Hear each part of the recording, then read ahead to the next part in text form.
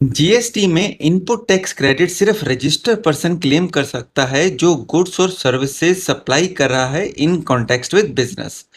ITC हमारा electronic credit ledger में reflect करता है जब हम अपने जीएसटी पोर्टल पे देखते हैं। रजिस्टर्ड पर्सन के पास वैलिड डॉक्यूमेंट्स होने चाहिए क्लेम करने के लिए आईटीसी, जैसे tax invoice, reverse charge invoice, debit note, bill of entry, ISD invoice और क्रेडिट नोट। हमारे को गुड्स एक्चुअल में रिसीव हुए होने चाहिए, गुड्स या सर्विसेज एक्चुअल में रिसीव हुई हो या फिर डीम्ड सर्विसेज हो, एजेंट का केस हो। जैसे हमारे सप्लायर ने अपनी जीएसटीआर 1 हमारी मंथली या क्वार्टरली बेसिस पे जब हम फाइल करते हैं, जिसमें हम आउटवर्ड सप्लाईज दिखाते हैं, अपनी सेल्स को दिखाते हैं, हमारे सप्लायर ने सेल दिखाई हो, बायर के जीएसटीआर 2B में ये वाला इनवॉइस रिफ्लेक्ट करता हो, तभी हमारे को आईटीसी मिलेगा। रूल 36(4) आने से पहले हम इनवॉइस बेसिस के ऊपर आईटीसी क्लेम करते थे। 1 जनवरी 2022 से 100% मैचिंग कंसेप्ट आया, जिसके चलते हमारा जो इनवॉइस है वो मैच करना चाहिए 2B के डाटा के साथ आईटीसी क्लेम करने के लिए। ब्लॉक क्रेडिट यानी इस केस में आईटीसी मिलेगा ही नहीं इन एनी सर्कमस्टांसेस। कोई भी सिनेरियो हो, वो सब लिखे हुए हैं, नेगेटिव लिस्ट है। अगर कोई भी एक्टिविटी या सप्लाई हम ऐसे ही करते हैं जिसमें हमने मोटर व्हीकल परचेज किया है पर्सनल यूज के लिए, या फिर गुड्स खरीदे थे लेकिन उन्हें फ्री में डिस्ट्रीब्यूट कर दिया, ये हमारा ब्लॉक क्रेडिट है। उसमें जितना भी परचेज के टाइम पे हमने टैक्स पे किया था, अगर आईटीसी क्लेम कर लिया है तो उसे रिवर्स करना पड़ेगा, अदरवाइज वो आईटीसी क्लेम करना ही नहीं है। टाइम लिमिट हमारी है 30 November of the following year.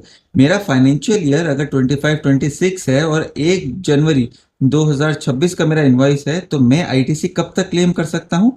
30 नवंबर 2026 या फिर date of filing of annual return, whichever is earlier. 180 दिन के अंदर अगर मैंने इस सप्लायर को पेमेंट नहीं करी जिसने अपनी जीएसटीआर 1 में वो इनवॉइस दिखाया था, इसके चलते मैंने 2B में रिफ्लेक्ट हुआ इनवॉइस आईटीसी में कंसिडर कर लिया और अपनी टैक्स लायबिलिटी को डिस्चार्ज कर दिया।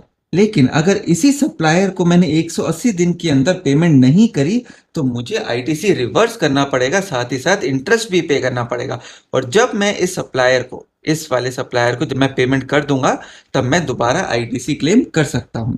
कैपिटल गुड्स के केस में अगर जीएसटी कंपोनेंट के साथ ये वैल्यू को जोड़ के अगर मैंने इस ट्रांजैक्शन वैल्यू के ऊपर इनकम टैक्स के चलते डेप्रिसिएशन चार्ज कर लिया है मेरी बुक्स ऑफ अकाउंट्स में, तो मैं इस जीएसटी का आईटीसी नहीं ले सकता।